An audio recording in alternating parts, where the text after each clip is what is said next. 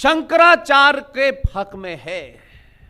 देश का प्रधानमंत्री अगर शंकराचार्य को गाइड कर रहा है तो समझ लीजिए कि समाज, राष्ट्र सड़ चुका है।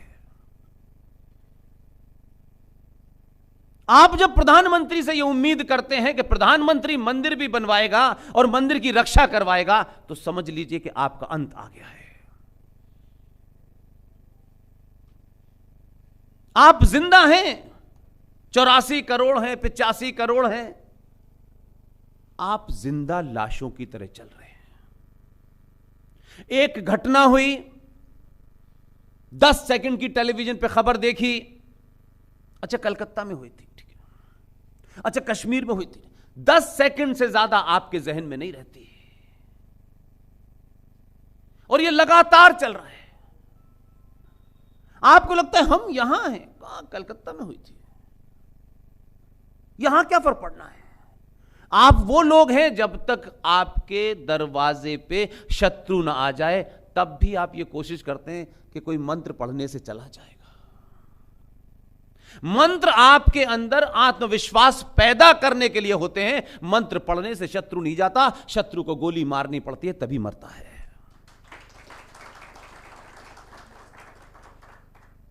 यह किस मठ में और किस मंदिर के अंदर कभी आपने किसी से सुना ही है? वहां तो नए नए भजन बनाए जाते हैं कि चंदा कैसे बढ़ जाए हमारे मंदिर पे, बस इतना ही काम है। कई मंदिरों के ऊपर तो हाल यह हो गया है कि पंडित जी बिजी हैं, उनको पूजा के अलावा सारे धंधे करने हैं। लाउड स्पीकर के ऊपर, टेप रिकॉर्डर के ऊपर भजन लगाए और चले गए, और शाम को पैसे आए तो चल दिए। यही उनका हिंदुत्व है। आप शत्रु से नहीं सीखते, आप दुनिया में नहीं, इस ब्रह्मांड में आपसे न पहले कोई था न आपके बाद कोई होगा। आपकी स्थिति ऐसी है कि अगर मैं उसको सरल भाषा में समझाऊं, सनातनी हिंदू को कौन डरा रहा है? जैसे सूरज को जुगनू डरा रहा हो, आपकी स्थिति है। जुगनू का जीवन मात्र 24 घंटे का होता है, लेकिन रोज जुगनू आपके सूरज को चुनौती देता है और सूरज उसे कई कारण देता है, नहीं मैं ऐसा हूं, मैं वैसा हूं। मैं सिर्फ यह कहना चाहता हूं, जम्मू में जो हीरो है, जो आपकी बात रखता है, और वो बात किसी जीतने चुनाव के लिए नहीं रखता। जब न उसने कोई दल बनाया था, न कोई संगठन बनाया था, मैं तब से उसे जानता हूं, इसलिए कह रहा हूं। उसका नाम है अंकुर शर्मा।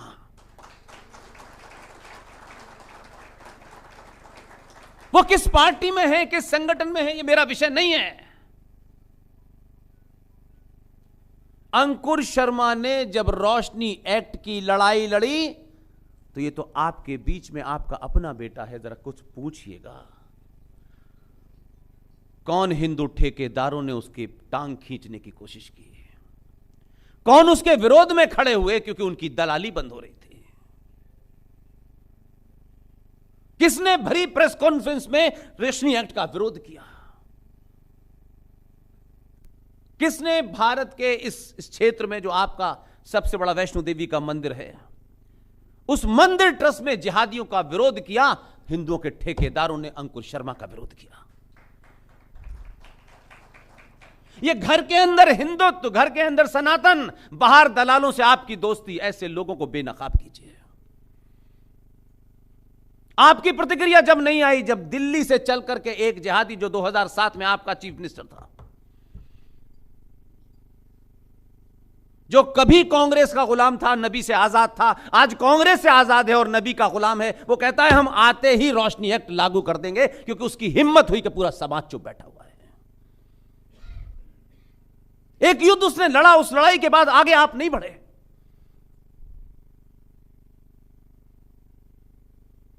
ये संकट है, और इस सब के पीछे है आप में लालच। देवी की पूजा करने से सोने की थाली आपके घर में नहीं आएगी। देवी आपको शक्ति दे सकती है, सोना नहीं दे सकती। अपने योद्धाओं को पहचानिए। यह घड़ी बहुत लंबी नहीं है, एक आदमी ने ठेका नहीं ले लिया है। वो आएगा, बस वही करेगा, सब बात पे वही बोलेगा। वो यहां तिरुपति का मंदिर भी वही बनाएगा।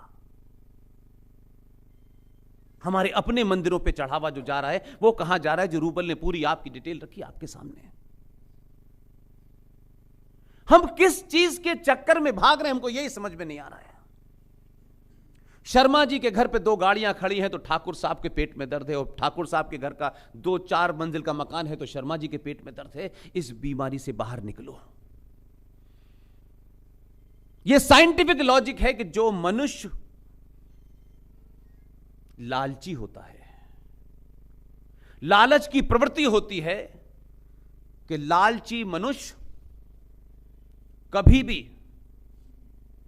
अपने शत्रु को से लड़ता नहीं है।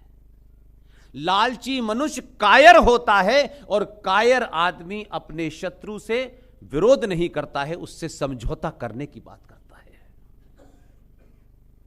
जितने भी दलाल आए यहां और वहां, मैं किसी का नाम लेना नहीं चाहता, बहुत लोगों को बड़ा बुरा लग जाएगा। अगर कोई बहादुरी से बात कर रहा है और 100 साल की 500 साल के आगे देख रहा है, तब भी हम, क्योंकि बहुत बिके हुए थके हुए से लोग हैं कि पड़ोस में जफर भाई रहते हैं, कहीं नाराज ना हो जाएं। आपकी जफर भाई की नाराजगी राज से बड़ी है तो आप जफर भाई के साथ ही रहिए। फिर निजी रिश्ता किसी से हो सकता है, वो एक अलग बात है। निजी रिश्ता राष्ट्र तय नहीं करता है। इसलिए आपके यहां इतने कानून बने, इसकी चर्चा कथाओं में नहीं हुई।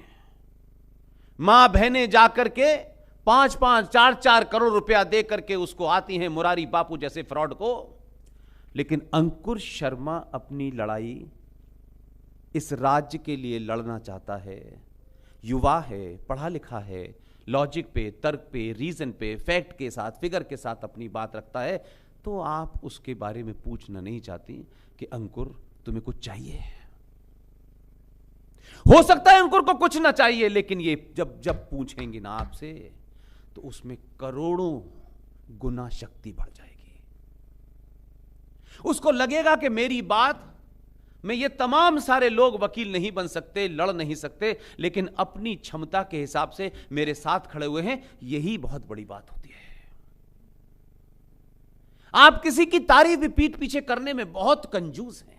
और जब मैं आप कह रहा हूं तो यह मत समझिएगा कि मैं जम्मू के लोगों से कह रहा हूं, ऐसा नहीं है। क्योंकि मुझे मालूम है यह भाषण अभी दूर दूर तक जाएगा। मैं सनातनी हिंदू समाज की बात कर रहा हूं। आप तारीफ करने से इतने कतराते क्यों हैं यार? तारीफ तो इतनी करो कि दूसरा यह कहे कि यार अब मेरे पास कोई रास्ता नहीं बचता। ऐसे भी योद्धा हैं जो नौकरी करते हैं, टेलीविजन में करते हैं, जो उस मालिक की लाइन है उसको भी चलाते हैं, लेकिन उस लाइन के बीच में से अगर उनको आधी लाइन भी राष्ट्र के लिए बोलनी पड़े तो वो इसकी चिंता नहीं करते कि नौकरी नहीं रहेगी। ऐसे योद्धा में ये जो पीली पगड़ी में पीछे साहब बैठे हैं, ये बहुत जबरदस्त आदमी है जो टाइम्स नाउ में नौकरी करते हैं, दत्ता साहब। मेरी इनसे दोस्ती इसलिए नहीं है कि ये किसी बड़े टेलीविजन में नौकरी करते हैं।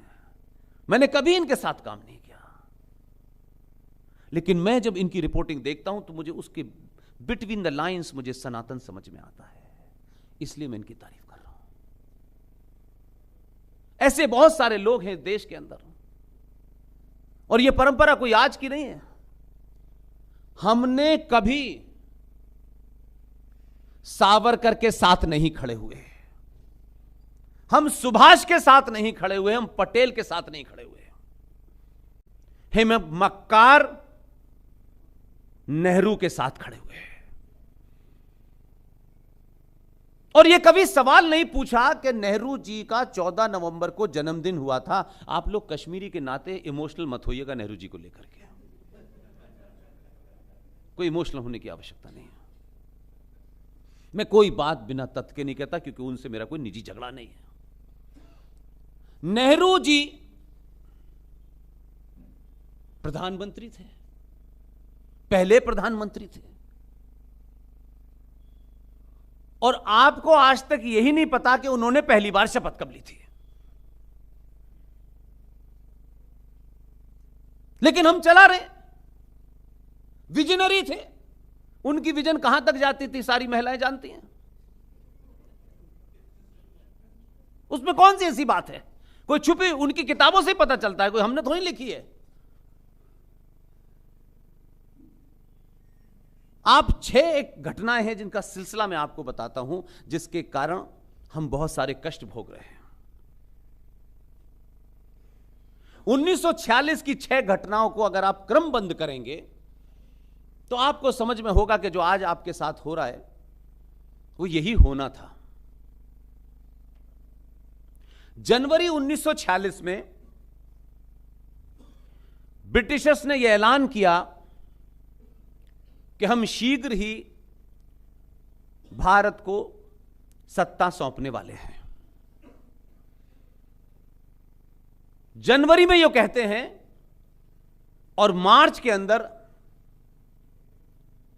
पूरे देश में चुनाव होता है 15 प्रांतीय असेंबलियों का। बहुत कितनी ऑर्गेनाइज तरीके से अंग्रेजों ने खेल किया, और उसमें जो उनके यहां दलाल यहां बैठे थे, हिंदी में दलाल शब्द ज्यादा अच्छा लगता है ताकि उसका इंपैक्ट पड़े कि दलाल कौन होते हैं। वो दलाल कोठों पे भी होते हैं, वो सत्ताओं में भी होते हैं। मार्च 1946 में चुनाव हुआ प्रांतीय असेंबलियों का। देश में 15 प्रांतीय असेंबली थी और उनकी कुल संख्या सीटों की 1585 थी। उसमें से 492 सीटें मुसलमानों के लिए रिजर्व थी। चुनाव हुआ, 492 सीटों में से 429 सीटें मुस्लिम लीग ने जीती, बाकी सीटें कांग्रेस पार्टी ने जीती। मुसलमानों को उस दिन यह पता चल गया था कि हमारे ख्वाबों का पाकिस्तान, जिसका रेजोल्यूशन उन्होंने 23 मार्च 1940 को लाहौर में मुस्लिम लीग की सभा में पारित किया था, और जिन्ना उस वक्त अध्यक्ष था। पाकिस्तान बनने का रेजोल्यूशन 23 मार्च 1940 को लाहौर के सब उसमें प्रस्ताव पारित हुआ था रेजोल्यूशन में। और उसके बाद उन्होंने ये तैयारी की, और उनको जब ये पता चल गया कि हम वोट के माध्यम से तो पाकिस्तान नहीं ले सकते, तो देखिए कि किस तरीके से ब्रिटेन से जो जो चीजें भेजी जा रही थी उसको यहां उन लोगों ने कैसे इंप्लीमेंट किया।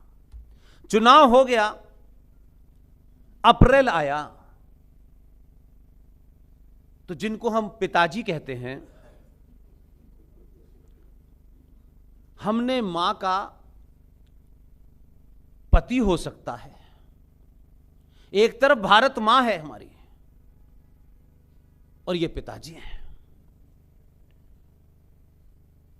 पिताजी का कोई हमको डॉक्यूमेंट नहीं मिलता पिछले 20 साल से रिसर्च में कि इनको कब पिता बनाया गया, ना हमारी मां ने बताया। वो पिता हैं, चलिए हम मान लेते हैं पिता हैं। आप सोचिए कि पिताजी ने किसके कहने से खामोशी के साथ अप्रैल में, जब कांग्रेस पार्टी ने यह घोषणा की कि कांग्रेस पार्टी के नए अध्यक्ष का चुनाव होना है, क्योंकि उस वक्त मौलाना अबुल कलाम आजाद कांग्रेस पार्टी के अध्यक्ष थे। वैसे 2 साल के लिए अध्यक्ष चुना जाता था, लेकिन क्योंकि जिन्ना ने 23 मार्च 1940 को यह स्टेटमेंट दिया पाकिस्तान के रेजोल्यूशन के बाद कि कांग्रेस पार्टी के जो मुसलमान हैं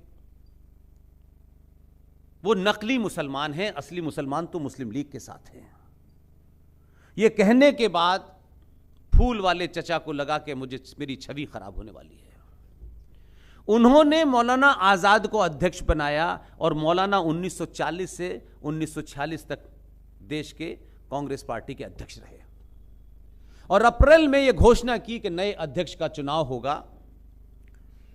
और उस अधिसूचना के बाद, इसलिए मैंने कहा कि जब आप पार्टियों के नजरिए से देखेंगे, क्योंकि मेरे इस पूरे डिस्कोर्स में ना कोई पार्टी है ना कोई संगठन है, मेरे पूरे डिस्कोर्स में राष्ट्र है, इसलिए मुझे किसी की चिंता नहीं होती किसको बुरा लगेगा किसको अच्छा लगेगा, ना ही किसी से मेरी कोई पर्सनल इल विल है। मैं उन कांग्रेसियों को धन्यवाद करता हूं जो अननोन हैं, जिन्हें ना आप जानते ना मैं जानता, लेकिन मैं नहीं भी जानता तब भी हर मन से कहता हूं वो कौन महान कांग्रेसी थे जिन्होंने नेहरू को 1946 में अध्यक्ष पद के लिए उम्मीदवार तक नहीं बनाया। तब पिताजी ने अपने पिता होने का नाजायज फायदा उठाया और कहा कि मैं चाहता हूं कि नेहरू चुनाव लड़े। और नेहरू जी को बाद में शामिल किया। कांग्रेस पार्टी ने अपना उन्हें अधिकृत उम्मीदवार नहीं बनाया, लेकिन जब पिताजी अड़ गए, क्योंकि उनकी तार टेलीफोन इंग्लैंड से आ गया था, तो पिताजी ने नेहरू जी को उम्मीदवार बनवा दिया। लेकिन फिर मैं कहता हूं, आज भी मैं कहता हूं ये बात कि उनके कौन लोग हैं, रिश्तेदार नहीं हैं, लेकिन ये बात उन जो लोग रहे होंगे वो आज नहीं है इस दुनिया में, मैं किसी को नहीं जानता। लेकिन अगर कभी कोई किसी इतिहास की बात होगी तो ये जरूर कहेंगे कि कुछ लोगों ने उनकी तारीफ की थी। अप्रैल में घोषणा हो गई और उसके बाद में चुनाव के लिए 15 प्रांतीय असेंबलियों से जब 15 वोट डाले गए तो ताज्जुब होगा आपको कि 15 में से जो गांधी जी के सबसे नजदीकी थे वो बहुत समझदार थे। कपड़े कम पहनने से आदमी ईमानदार नहीं होता है। गांधी जी ने यह जानबूझ करके, उनके सबसे क्लोजेस्ट आदमी थे जो उनके हर समय, जब वो अफ्रीका गए तब भी उनके साथ थे, और मैं उस आदमी को इसलिए याद दाद देता हूं, उनके परिवार के लोग जीवित हैं नहीं जीवित हैं मैं नहीं जानता। इस किताब को ढूंढने में सालों लग गए मुझे, तब तक मैंने कभी सार्वजनिक मंचों से उसको बोला नहीं। कहां कहां से मुझे वो रेफरेंस मिले और उसके बाद में पता चला कि जो उनके सबसे नजदीकी आदमी थे उनका नाम था आचार्य जेबी कृपलानी। गांधी जी कोई बहुत भगवान नहीं थे। मैं इस मंच से कोई शब्द कर दूंगा तो कल से यही चलेगा पूरे देश में। गांधी जी ने जानबूझकर आचार्य जेबी कृपलानी को 15 वोट जो पड़े थे 15 प्रांतीय असेंबलियों के, उनकी गणना के लिए अध्यक्ष अस्थायी तौर पे बनाया कि आपकी देखरेख में ये प्रोसीडिंग होगी और नए चुनाव की चीजें आपको देखनी है। कृपलानी को बनाया क्योंकि उनको लगता था ये मेरा सबसे खास आदमी है, लेकिन मैं कृपलानी को आज भी सैल्यूट करता हूं। वो बने, लेकिन गांधी की बेईमानी नहीं होने दी। 15 पेटियां खुली और जब उसमें से वोट निकले तो एक वोट आचार्य जेपी कृपलानी को मिला, एक वोट आज के भाषा में नोटा को मिला और 12 वोट सरदार पटेल को मिले। यानी कांग्रेस पार्टी के उन तमाम प्रांतीय असेंबलियों के लोगों ने भी नेहरू को वोट न देकर के यह बता दिया कि हमारा हीरो पटेल है। लेकिन क्योंकि ग्रेट ब्रिटेन से डुगडुगी चल रही थी, देख रेख में लोग बैठे थे, गांधी ने चिट लिखी और कहा कि पटेल इस्तीफा दे दो। 2 बार चिट लिखी बेहयाई के साथ। अगर कोई घर में बड़ा आदमी बेहया हो जाए तो छोटे के लिए बड़ा मुश्किल होता है उसका विरोध करना। वो बेहया हुए और उसके बाद में कृपलानी ने जब पटेल को दूसरी चिट दी तो पटेल ने वो चिट फाड़ी और चले गए, क्योंकि उनका भाव ऐसा नहीं था कि वो गांधी को अपने सामने बुरा भला कहें। नाराजगी के साथ चले गए और तब फूल वाले चचा इस देश के अध्यक्ष बने और 2 सितंबर 1946 को लॉर्ड वॉविल ने नेहरू को देश के पहले प्रधानमंत्री के रूप में शपथ दिलाई। आचार्य जेबी कृपलानी को मैं इसलिए सच्चा आदमी मानता हूं, उन परिस्थितियों में वो कैसे रहे होंगे, क्या क्या उनकी मजबूरियां रही होंगी, कितने दबाव होंगे, किस तरीके के डर होंगे, लेकिन आचार्य जेबी कृपलानी अपने जाते जाते एक बड़ा अच्छा काम ये कर गए कि उन्होंने एक किताब लिखी और उस किताब का नाम है Gandhi his life in his thought, और उस किताब के पेज नंबर 248, 249 और 250 पे गांधी जी की एक गंदगी लिख के गए हैं कि उन्होंने ये किया। वो किताब भारत सरकार ने छापी और गायब हो गई क्योंकि उनके ही रिश्तेदार सत्ता में बैठे। लेकिन इस संचार क्रांति के दौर में किसी ने पीडीएफ उसकी कॉपी मिली और उसको फिर हम लोगों ने पूरा पढ़ा, तब पता चला कि ये जघन्य अपराध कोई ऐसा नहीं है। तो ये जो कर रहे हैं उनके वंशज जो हैं, जो बताते हैं आपने नेहरू भेजा था, कब गांधी बने पता ही नहीं चला। इसलिए जब आप उन बहादुरों की बात नहीं करेंगे, समाज नहीं करेगा, तो सत्ता में लोग बैठे हुए अपने स्वार्थों के हिसाब से चीजें तय करते हैं। और हम 15 अगस्त 1947 को ये देश आजाद हुआ है, खूब ढोल बजा रहे हैं। स्कूलों के अंदर 15 अगस्त का झंडा फहर रहा है, भारत माता की जय, कुछ लड्डू वड्डू हमारे जमाने बंटते थे, वो भी खत्म हो गए। आप दिल्ली में 3 मूर्ति जहां किसी के जाने को इजाजत नहीं थी, या नहीं जवाहरलाल नेहरू देश के प्रधानमंत्री के रूप में उस 3 मूर्ति में रहे, और जब उनके बाद लाल बहादुर शास्त्री प्रधानमंत्री बने तो 3 मूर्ति में रहने नहीं दिया उन्होंने, ये तुम्हारे लिए नहीं है।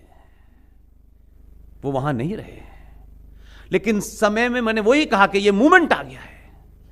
आज उस 3 मूर्ति पर राष्ट्रवादियों का कब्जा है, इसलिए वो तमाम सारे ओरिजिनल डॉक्यूमेंट मिल रहे हैं जो आपको झूठ की घुट्टी में पिलाए गए थे। आप सोचिए कि 1946 में जो सरकार बनी, जिसे आप अंतरिम सरकार कहते हैं, उसके मंत्रिमंडल में जो मंत्रियों को पद दिए गए, वो कॉपी यहां से ग्रेट ब्रिटेन गई और किंग की अप्रूवल के बाद उन्होंने शपथ ली। 15 अगस्त 1947 की डेट कहां पैदा हुई थी, किस कारण से 15 तारीख को यह दिया गया, कुछ किसी को नहीं पता।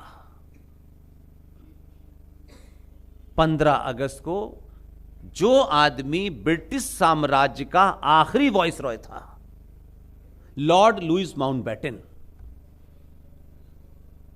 वो 15 अगस्त 1947 को सुबह सुबह 10 बजे देश का पहला गवर्नर जनरल बन गया, आजाद भारत का। इसलिए आपकी शत्रुता किसी से हो सकती है, लेकिन शत्रुता और मोहब्बत में एक ही फैक्ट है, वो सच की बुनियादों पे हो। पाकिस्तान को आप कुछ भी कह सकते हैं। पाकिस्तान में कहा गया कि लॉर्ड माउंटबेटन आपका गवर्नर जनरल होगा, इसका इस 2 कौड़ी के आदमी को नहीं मानते। हम आजाद मुल्क हैं, हम अपना गवर्नर जनरल तय करेंगे, और उन्होंने अली मोहम्मद जिन्ना को अपना पहला गवर्नर जनरल बनाया। हम बहुत महान लोग थे, हमने एक चोटे को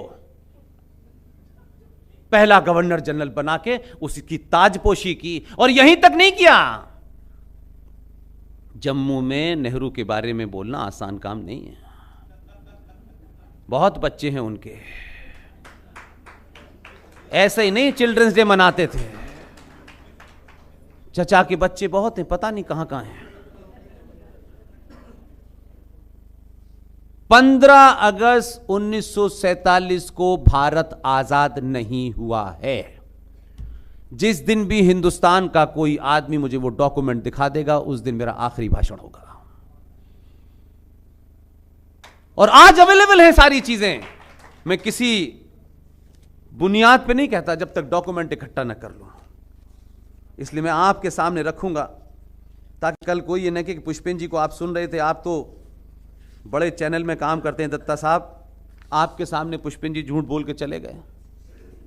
मैं ये मौका नहीं चाहूंगा। यहां बैठा हर एक आदमी इस जब सभागार से बाहर निकले और मेरी बात को आपस में शेयर भी करे, तो उसके साथ फैक्ट, फिगर, टाइम, डॉक्यूमेंट होना चाहिए।